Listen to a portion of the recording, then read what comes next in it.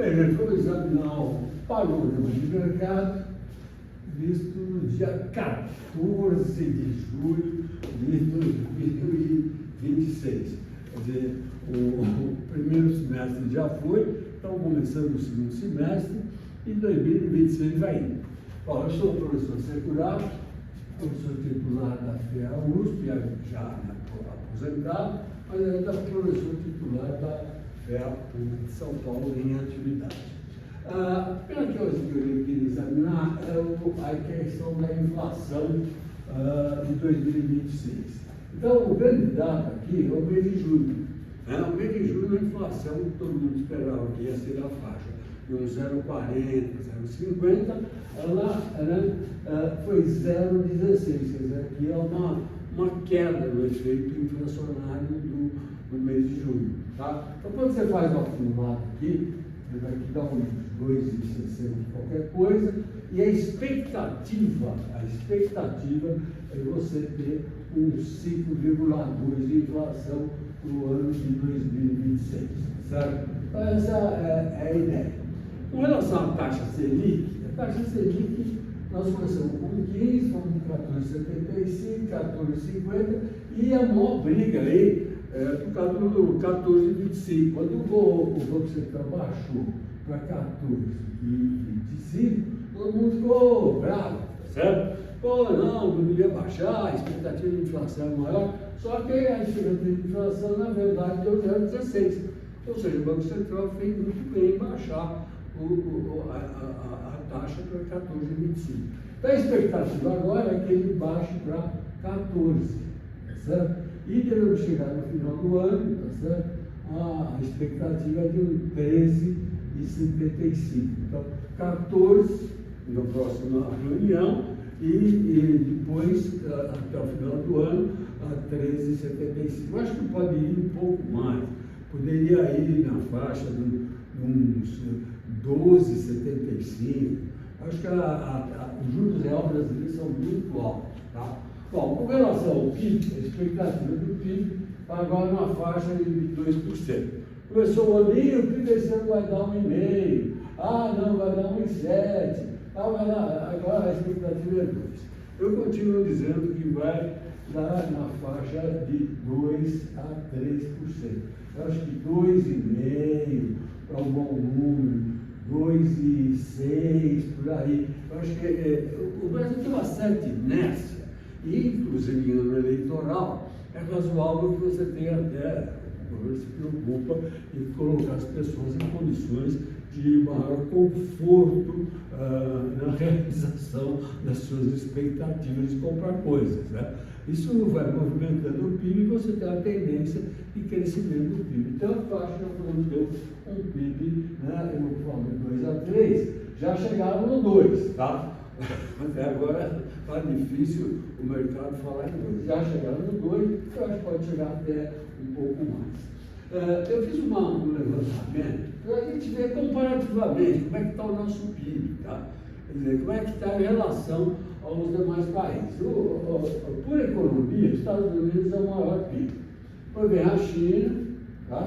Depois vem a Alemanha, depois vem o Japão, depois vem a Índia, certo? Depois vem o Reino Unido, depois vem a França, olha aqui a França com 3,30 trilhões, olha, isso é trilhões de dólares, hein? 5,40, 4,64, a França com 3,30, a Itália com 2,73 trilhões de dólares, tá certo? E aí vem a Rússia. A Rússia aqui com 2,66. 2,66. Olha, a Rússia com 2,66 trilhões de dólares, uma economia em guerra, né? Certo? Então, e uma economia centralizada em quê? No petróleo. Tá? Então, é um volume razoavelmente grande, né, da evolução. E no Brasil, olha aqui, nós somos a 10ª economia do mundo. Então, não dá para falar mal assim no Brasil. Comparativamente, vamos fazer 2,64 trilhões de dólares, certo? Isso aqui é um volume bastante razoável. Em termos de percentual em relação ao anterior, então isso daqui é previsão previsão para final de 2026, certo? Comparativamente, qual o percentual de crescimento em relação a 2025? Então, os Estados Unidos crescer 2,2%. Tá? Nós estamos crescendo, né, a expectativa 2, eu acho 2,5%, então está mais ou menos para a par. Né? Agora, a China, 4,6%. A China, tradicionalmente, é um país que cresce muito. Cresce muito por quê? Porque é um país que tem controle dos custos, controle da ponta de venda. Quer dizer, se a ponta de venda mudou, né, o preço de venda mudou, ele muda o preço de custo. Então, ele tem um controle, né, da margem que ele se propõe a obter. Então, realmente é razoável, eu acho até pouco, tá? Eu acho que ele deve estar mais ou menos aqui como a Índia. A Índia também tem condições parecidas com a China. Então, embora sejam governos assim, com nomenclaturas, ideologias diferentes, né? Tá certo? No fundo, a forma de comando da população é mais ou menos a mesma. A questão da Índia com as castas, tal, as expectativas serem todas elas dentro de condições muito bem definidas, tal. E na China, um regime mais autocrático, né? Mas não totalmente autocrático, né? Certo? Da mesma forma que é a Índia. Mas ainda há um crescimento de expectativa e os dois países com a maior população, né, do mundo. Isso aqui deve ter 1 bilhão e 400, aqui 450, aqui é 1 bilhão e 420, certo? De habitantes, certo? Estados Unidos na faixa dos 330 milhões de habitantes, né? Brasil, né, 220 milhões de habitantes, a Rússia, 150 milhões de habitantes, a Itália na faixa de 60 milhões de habitantes. 60 milhões, olha, 60 milhões, 65 milhões de habitantes, com um PIB maior que o nosso. Então, vocês vão ter que fazer essa relação, né? O quanto uma população consegue trabalhar e fazer dinheiro naquela economia, certo? Muito bem. Então, o Brasil não está numa situação, né, vamos dizer assim, complicada. Eu uma vez expliquei aqui a questão da Rússia, com 150 milhões de habitantes, certo? Em realidade, eles estão muito distribuídos em relação à superfície do território russo. Porque você tem uma concentração da faixa de uns 10 milhões de habitantes em Moscou, 10 milhões na grande Moscou, então são 20, né? São 10 em Moscou, mais 10 na grande Moscou, depois você tem mais 4, 5 em São Petersburgo, tá certo? Você tem mais 5 cidades com 1 milhão de habitantes, 1 vezes 5, assim. Então você tem 10, 20, 30 milhões. Então, 30 milhões são os mais importantes. O resto da distribuição, de 150 para 30, ou seja, perto de 120 milhões, estão distribuídos em cidades com 100 mil habitantes, 120 mil habitantes. Pô, 100 mil habitantes, 120 mil. 120 mil, quanto é o estado do Corinthians? 50, 60 mil, 60 mil, né? Vamos dizer, 60 mil, 40 mil? 40 mil, tá bom.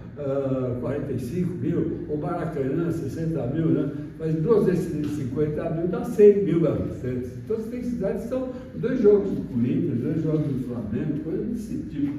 Então, é muito mais fácil, né, você controlar 30 milhões, estão lá olhando, vendo, né, o que o governo faz, o que não faz, você tem que dar satisfação, versus o cara que mora lá na Sibéria, né? Uma cidade com 30 mil habitantes, outra com 20 mil, outra com 2 mil. Quer dizer, eles estão vivendo a mesma vida de que viveram há 50 anos atrás. Tá certo? Não há uma grande transformação de processo de informação e coisas desse tipo. Tá certo? Bom, então, em termos desta comparação, o Brasil é um país que eu acho bastante interessante, um país que está dentro das características dos demais. Uma coisa que é muito comum aqui no Brasil é se falar da questão do endividamento brasileiro, da dívida interna brasileira. certo? Então, eu fiz uma análise do seguinte: eu peguei 2023, 2025, 24, 25 e já as projeções de 2026, tá? E, observando isso, a Selic de 2023 foi 13,04, com inflação de 4,62. Eu fiz uma conta de simples, tá? Eu não sofistiquei a matemática financeira. Só uma coisa de menos, aqui está os juros reais de 23. Em 24, o Selic deu 11,25, com a inflação de 4,83. Esses são os juros reais de 2024.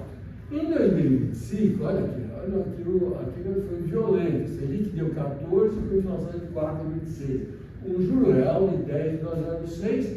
E a perspectiva para 2026 é 13,5, né? Eu acho que vai dar, se aqui for bater 13, qualquer coisa, tá? Eu coloquei 13,5, a Selic é o ano todo dá 13,5. Do jeito que está, dá mais de 13,5, tá?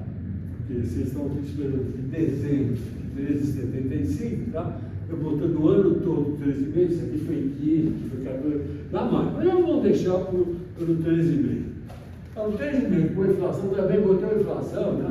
Não de 5,2, botou a inflação de 5,5. Então, o juro real de 8. Aí fiz uma média de juro real. Média. Então, ó, nós temos um juro real na faixa de 8,22. Eu queria que, quais os juros reais que o Brasil deveria estar pagando hoje? Qual seria o risco Brasil hoje? Ou seja, você olha para o Brasil e fala assim, quanto o Brasil representa em termos de risco? Quer dizer, que taxa além da inflação deveria pagar? Eu acho que 7% seria ideal. Uma conta simples é 1,22 acima do que está sendo pago. Um ponto acima. Ou seja, eu estou pagando em juros reais, na média, tá? Na média, 1 ponto acima do que deveria pagar. Tá? Você considerar isso, dá uma olhada. Nosso PIB é esperado em 2,64 trilhões de dólares. A 5,10 dólares são um PIB de 13 trilhões e 470 bilhões. Tá? Então a dívida, se a dívida estão falando que é 82 do PIB, ela é 11,045, 11 trilhões. Então esse é o valor da dívida. Que é muito alto, né? Pô, 82% do PIB, não é o valor da dívida, 82%, é muito alto. Agora dá uma olhada. Se eu pegar esses 11 trilhões aqui, ó, e tirar esse 1,22, vai para 10. Ou seja, se eu tivesse pago 1,22 a menos cada ano, a dívida seria de quanto? De 10 trilhões e 520. Deu para entender o que eu estou dizendo? Tá? Então, se eu tivesse uma dívida de 10, 520, eu vou fazer uma conta de menos, tá? 11 trilhões menos 10 são 525 bi. Em 4 anos que nós pagamos a mais, só por pagar o quê? 1% a mais, hein? Tá? Isso daria 131 bi por ano. Então, veja, quando você pagar 1% de Selic a mais, corresponde na dívida 130 bi. Pô, vamos tirar o 130, vamos falar 100 bi. Quer dizer, cada 1% que você paga a mais de juros reais, você está pondo o quê? 100 bi de aumento de dívida, gente. Então, não, precisamos ver o problema da reforma fiscal, o problema do ajuste fiscal. Pô, só de taxa de juros são 100 bi, pô, cada 1% de taxa. Quer dizer, é um valor extremamente alto. Tá? Então, se a gente considerasse essa condição, os 100 bi, a dívida passaria a ser 10 sobre o total de 13, nós íamos para uma dívida da ordem de 77% do PIB. Então, de 82% para o PIB, ele passaria para 77%, 75%. Eu fiz a conta aqui, daria 78%. 78%. 78 contra 82 é uma diferença razoável. Então, a gente podia dizer assim, olha, fazer uma pergunta assim, simplesinha, pegar um apagador aqui. A pergunta seria a seguinte: mas você, investidor, eu sou um investidor.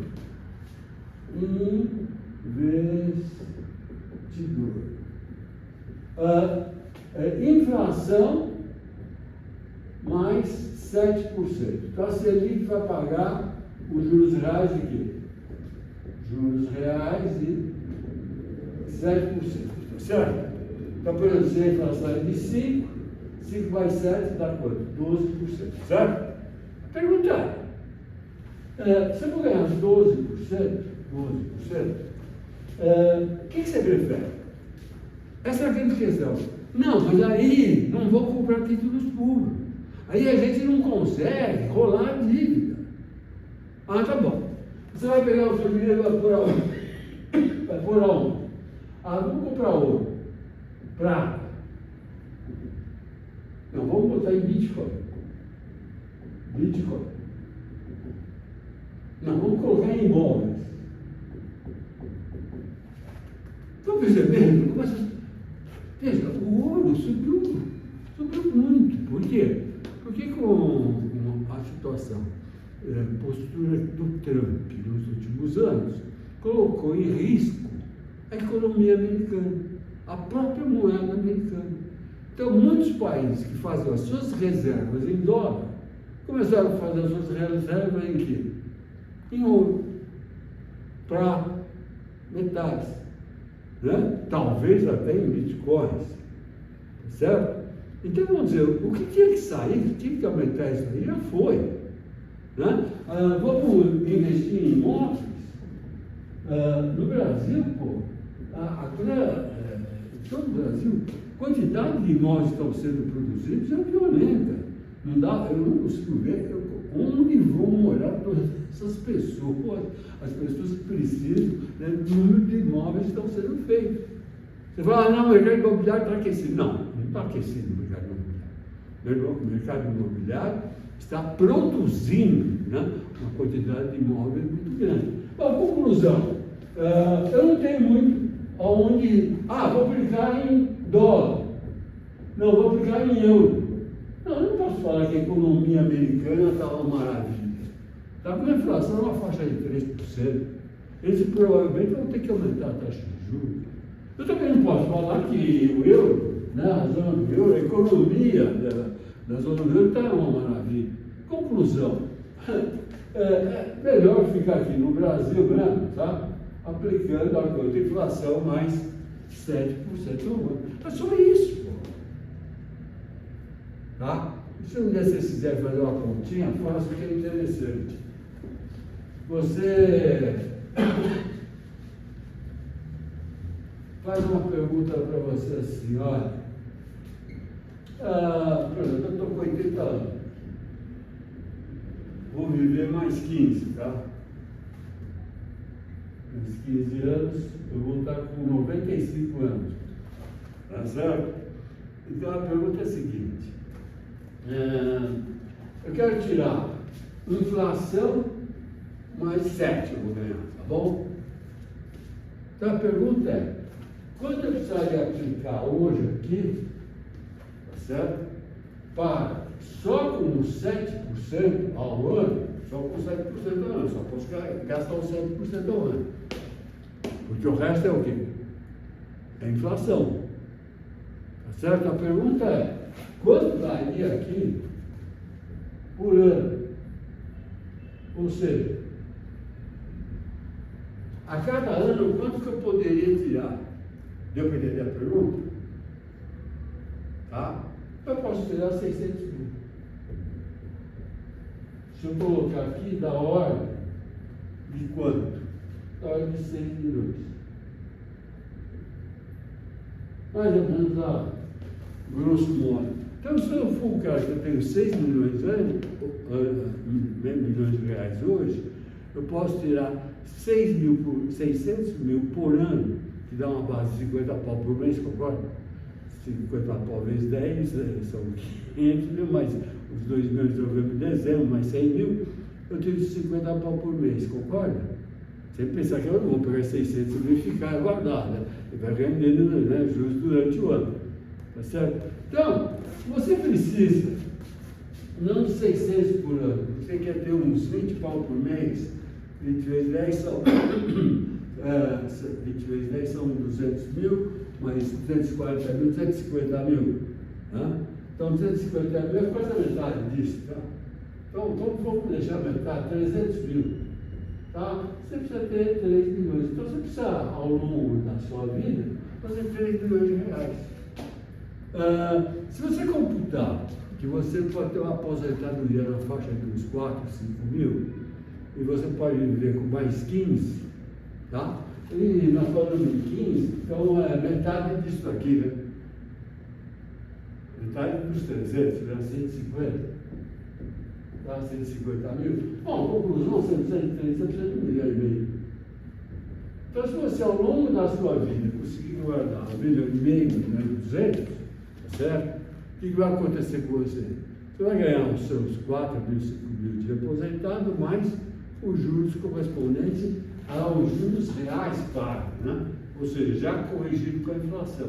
Então, você pode, classe média que consegue razoavelmente guardar algum dinheiro ao longo da sua vida ativa, a partir de, vamos dizer, dos 25 anos, dá para você começar a guardar alguma coisa ao longo dos anos, tá? Você vai conseguir chegar a uma certa idade, 70 anos, por aí, mais ou menos, né? Com uma faixa, um volume razoável para manter as suas condições de consumo, né? Supondo que os seus filhos, né, vão em frente, que você não precisa ajudar filho, né, nora e coisa desse tipo. Tá bom? Bom, eu sou razoavelmente otimista com o Brasil, tá bom? Boa semana a todos, boa Copa aí, tá? Essa semana termina.